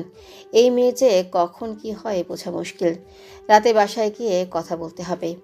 বাসায় মানুষের হইচয়ে দুহাত দূরের শব্দ শুনতে পাচ্ছে না মাহা। মুনিয়ার চোখ ফাঁকি দিয়ে কোনো মতেই নিজের রুমে এসে হাঁপ ছাড়ল সে। যদিও এটা তার নিজের রুম নেই, গোষ্ঠীর যাবতীয় আন্ডা বাচ্চার জায়গা হয়েছে এই রুমে। সবাই যার যার মতো খোশ গল্পে মত্ত। সবার সামনে দিয়ে হেঁটে গিয়েও কারো পাত্তা না পেয়ে গাল ফুলালো মাহা। সে যে একটা বউ, এটা কি কারোর মাথায় আছে? হতে পারে তার নিজের বাড়িতেই বিয়ে হয়েছে, তাই বলে একটু স্পেশাল ট্রিটমেন্ট পাবে না? মার রাগের আঁচটা পড়লো খাটের কোণে চুপচাপ বসে থাকা জেরিনের ওপর। বেচারি নিজের মতো করে মোবাইল চালাচ্ছিল। আচমকা পিঠির উপর দুম করে একটা খেয়ে হতচকিত হয়ে পাশে তাকালো। এসব তো ঠিক না মহাপ্পি। তুমি হলে বউ, কোথায় ঘরে ঘোমটা টেনে বসে থাকবে তা না মারামারি করছো। আমি যে বউ এটা তোদের মনে আছে তাহলে? জলজান্ত মানুষটা ক্লান্ত হয়ে রুমে আসলাম, কেউ তো একটু বসার জায়গাও দিলি না। স্পেশাল ট্রিটমেন্ট তো দূরের কথা। সবাই মাহার কথা শুনে সমস্বরে হেসে ফেলল। মৌ আগ বাড়িয়ে বলল, এটা 3 বছর আগে আমাদের না জানিয়ে বিয়ে করার শাস্তি। মুখটা লটকালো মাহা। এদের সাথে হম্বি তম্বি দেখানোটা বৃথা গেল। আলমারি থেকে ড্রেস নিয়ে ফ্রেশ হতে যাবে তখনই গলা বাড়িয়ে ডাকতে ডাকতে সেখানে উপস্থিত হলেন মুনিয়া। সাথে করে নিয়ে আসলেন মাহার জন্য এক ঝুড়ি পকা। বলছি তোরা দুইটা কি মানুষ? কাল অনুষ্ঠান আর আজও তোরা বাসায় ফিরলি ভর সন্ধ্যায়। আমাকে বলছো কেন মা? আমি তো সন্ধ্যার আগেই এলাম। যে দেরিতে এসেছে তাকে গিয়ে বলো। মাহার কথায় খ্যাক করে উঠলেন মুনিয়া। হ্যাঁ, আগে এসে উদ্ধার করেছো। আর এইসব কি পরে আছিস? আজকের দিনেও তোরা এই সাদা অ্যাপ্রনটা না পরলেই হতো না? মা নিজের দিকে একবার তাকালো। হ্যাপ্রনটা আবার কি দোষ করলো? যাকে মায়ের সাথে কথা বাড়ানো মানেই সেধে বকা শোনা। আমি ফ্রেশ হতে যাচ্ছি। হ্যাঁ, ফ্রেশ হয়ে একটা রঙিন শাড়ি পরবি আর ঘর থেকে একদম বেরোবি না। তাই বলেই বলা শেষ হতে এই রুম ছাড়লেন মুনিয়া। সকল অপেক্ষার সমাপ্তি ঘটিয়ে আজ সবার সামনে আপনাদের বউ হিসেবে স্বীকৃতি পাওয়ার দিন মাহার। এই দিনের অপেক্ষায় কত রাত নির্ঘুম কাটিয়েছে সে, তার হিসেব নেই। বিয়েটা হুট করে হলেও সেই দিনটাকেই মাহা নিজের জীবনের শ্রেষ্ঠ দিন হিসেবে ঘোষণা করেছিল। সেদিন কাউকে পাশে না পেলেও আজ সবাইকে একসাথে পেয়ে বিয়েটা যেন পূর্ণতা পেল। সিলভার রঙের ভারী গাউন পরেছে মাহা। মেকআপ আর্টিস্টকে ভালো করে বুঝিয়ে দিয়েছিল মুখে সিম্পল মেকআপ থাকলেও চোখগুলো যেন সুন্দর করে সাজানো হয়। সেজে আসার পর প্রায় সবাই সুন্দর বলেও মাহার চোখ একজনকেই খুঁজছে। স্টেজের মাঝখানে বসে আছে সে। আফনানও সেন্টারেই আছে, কিন্তু ভীষণ ব্যস্ত। যেহেতু বিয়ে পড়ানোর কাজ নেই, তাই বর কনেকে একসাথে বসানোরও কারোর তাড়া নেই তেমন। সবাই যার যার মতো ঘুরছে। খাওয়ার জন্য লাস্ট ব্যাচটা বসিয়ে স্টেজের দিকটায় এসে সামনে তাকাতেই চোখ আটকে গেল আফনানের। আশেপাশে তীব্র লাইটিং, ফুলের ডেকোরেশন, এত এত মানুষ সব ছাপিয়ে সে অপলক তাকিয়ে আছে স্টেজের মাঝখানে বসে থাকা মাহার দিকে। মেয়েটাকে প্রথমবার বউ সেজে দেখে পৃথিবীর সব মুগ্ধতা ভিড় করলো আফনানের চোখে। সিলভার রঙের গাউন পরিহিত মেয়েটা ঠিক যেন এক টুকরো হিরে, যার চারিদিকে দ্যুতি ছড়িয়ে আফনানকে ঝলসে দিচ্ছে। মন্ত্রমুগ্ধের ন্যায় ধীর পায়ে স্টেজের দিকে এগিয়ে গেল আফনান। এতক্ষণ পর বরকনেকে একসাথে পেয়ে সব ক্যামেরা তাক হলো তাদের দিকে। ফটোগ্রাফাররা তাদের লাইটিং সেট আপ সব ঠিক করে নিল। মুহূর্তে সেন্টারের সকলের মনোযোগ ঘুরে গেল স্টেজের দিকে। আফনানকে এগিয়ে আসতে দেখে ভারী গাউন সামনে উঠে দাঁড়ালো মাহা। হোয়াইট শার্ট, ব্ল্যাক স্যুটের আফনানের থেকে চোখ ফেরানো দায় হলো তার। চারপাশে এত মানুষ, সাথে ক্যামেরার অজস্র ক্লিকের আওয়াজে তার লজ্জায় নুয়ে পড়ার কথা থাকলেও আফনানের থেকে আজ চোখ ফেরাতে পারছে না কিছুতেই। সময়ের সাথে তাদের একসাথে স্টেজে কাটানো প্রতিটা মুহূর্ত ক্যামেরাবন্দি হলো। আর উপস্থিত সবার দোয়া আর ভালোবাসার জীবনে নতুন অধ্যায়ের সূচনা ঘটল। আপনার রুমে আসলেও 1:30টায়। ভাবল মাহা হয়তো এতক্ষণে ঘুমিয়ে পড়েছে। ইদানিং খেয়াল করছে মাহা অল্পতেই টায়ার্ড হয়ে যাচ্ছে। শরীরটাও দেখে খুব একটা ভালো মনে হয়নি। সে যে ধকল গেল এ কয়দিন।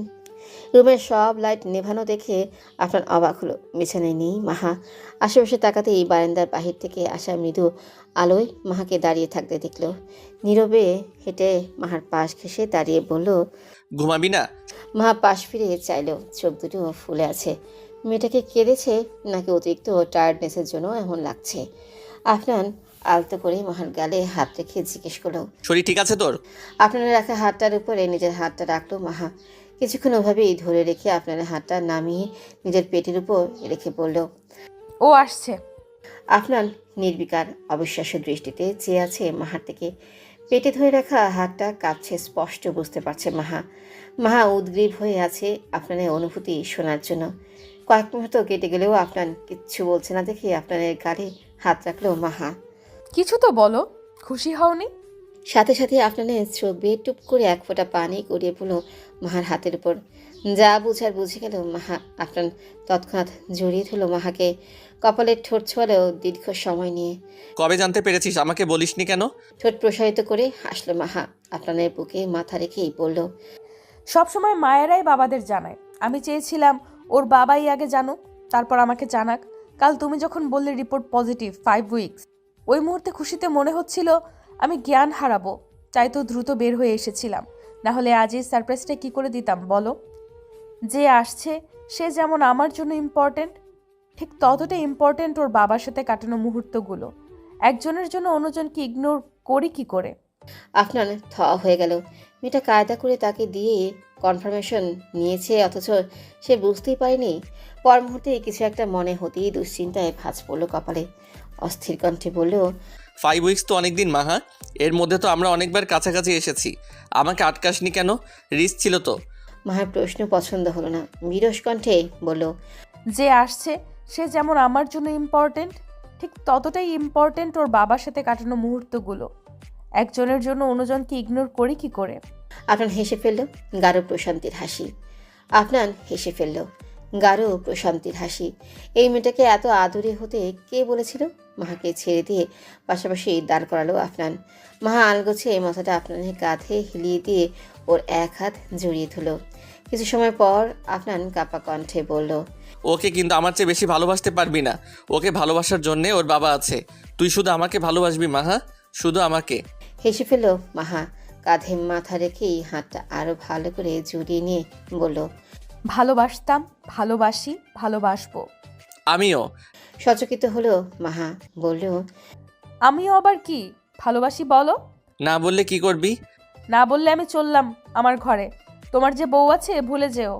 কপট রাগ দেখিয়ে বারান্দা থেকে হাঁটা ধরল মাহা। দুকদম যাওয়ার আগে আপনার টেনে পেছন থেকে জড়িয়ে ধরে বলল, ভালোবাসি, তোর থেকে অনেক অনেক বেশি। আমাদের দুজনকে নিয়ে অনেক ভালো থাকিস মাহা। কথায় আছে সময় ও স্রোত কারোর জন্যই থেমে থাকে না। মাহার ক্ষেত্রেও তাই হয়েছে। সময় পেরিয়েছি অনেক দিন। জলরাশির স্রোতও কারোর জন্য থেমে নেই, শুধু থেমে আছে মাহার জীবন।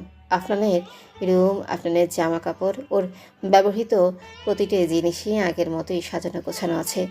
আছে ঘরের সাথে লাগোয়া খোলা বারান্দাটাও। সেই বারান্দায় দাঁড়িয়ে সেদিনের মতো আকাশের দিকে নিষ্পলক চেয়ে আছে মাহা। শুধু কাঁধে মাথা রাখার জন্য পাশে আফনান নেই। গত 2 বছরে আফনানের স্মৃতি আঁকড়ে বেঁচে আছে মাহা। আফনান মারা যাওয়ার পর মুহূর্ত থেকে ঘরবন্দি করেছে নিজেকে, তালা ঝুলিয়েছে কণ্ঠনালীতে। শেষ কথা বলেছিল আফনানকে দাফন করার পর। সাদা কাপড়ে জড়ানো আফনানকে চোখের সামনে দেখেও বিশ্বাস করতে পারেনি মাহা যে আফনান আর নেই। কিন্তু যেই মুহূর্তে আফনানকে দাফন করা হয়েছিল, মাহা বুঝতে পেরেছিল আফনানকে আর কখনো দেখতে পারবে না, ছুঁতে পারবে না। আফনান ধরাছোঁয়ার বাইরে চলে গেছে। ছুটে গিয়েছিল শেষবারের মতো ওই চেহারাটা দেখতে, কিন্তু তার আগেই আফনান ঠেকে গিয়েছিল মাটির স্তরে। তখন মাহার মুখ থেকে তীব্র আর্তনাদ রূপে নিঃসৃত হয়েছিল শেষ শব্দ। আফনান! মাহার সেই বুক ফাটা আর্ত চিৎকার সেদিন আশেপাশে প্রতিটা জীবন্ত সৃষ্টিকে ছুঁয়ে দিয়েছিল। সেদিনের পর শত চেষ্টা করেও কেউ কথা বলতে পারেনি মাহাকে। 4 দেয়ালের ভেতর নিজেকে আবদ্ধ করে ফেলেছে মাহা। এক বুক অভিমান নিয়ে কোনো রকমে বেঁচে আছে সে। রক্তাক্ত অতীতগুলো বারবার হানা দেয় মস্তিষ্কে, ভেঙে চুরে দিয়ে যায় মাহাকে প্রতিবার। মাহা তখন 8 মাসের ভারী শরীর। আফনান তার অসামান্য আদর যত্ন দিয়ে সবসময় পাশে থাকতো মাহার। নড়তে চড়তে অসুবিধা হতো বলে আফনান বাইরে বেশি বের হতে দিত না মাহাকে। রাস্তাঘাটে এত গাড়ি চলাচলের জন্য ভয় হতো আফনানের। আফনানের সুরক্ষা জালে মাহা সুরক্ষিত থাকলেও নিজেকে বাঁচাতে পারেনি আফনান। একদিন হসপিটাল থেকে ফেরার সময় একজন প্রেগনেন্ট মহিলাকে রং সাইড থেকে বেপরোয়া গাড়ি চাপা থেকে বাঁচাতে নিজে ঝাঁপিয়ে পড়েছিল সে। সৃষ্টিকর্তার ইচ্ছায় সেই গর্ভবতী মা বেঁচে গেলেও ছুটে আসা গাড়ির ধাক্কায় সব শেষ হয়ে যায় আফনানের। শেষবারের মতো চোখ বুজার আগে মাকে দেখার ইচ্ছেটা অপূর্ণই থেকে যায় তার। কথা দিয়ে কথা না রাখতে পারার যন্ত্রণাটাও অন্য সব যন্ত্রণাকে হার মানায় তখন। গুটি গুটি পায়ে একটা ছোট্ট প্রাণ বারান্দায় এসে মাহার পা দুটো ঝাপটে ধরল। অতীত থেকে বের হয়ে আসে মাহা, ঘুরে দাঁড়িয়ে কোলে তুলে নেয় তার আর আফনানের ছেলে মাহনানকে। মায়ের কোলে উঠে বাচ্চাটা হেসে উঠলেও চোখ বেয়ে অবিরাম জলধারা গড়ায় মাহার। মাহনানকে বুকে চেপে ধরে বলে, ভালোবাসি আফনান, আমি আজও তোমাকে আগের মতোই ভালোবাসি। এই জীবনে সবার চেয়ে বেশি ভালোবাসি।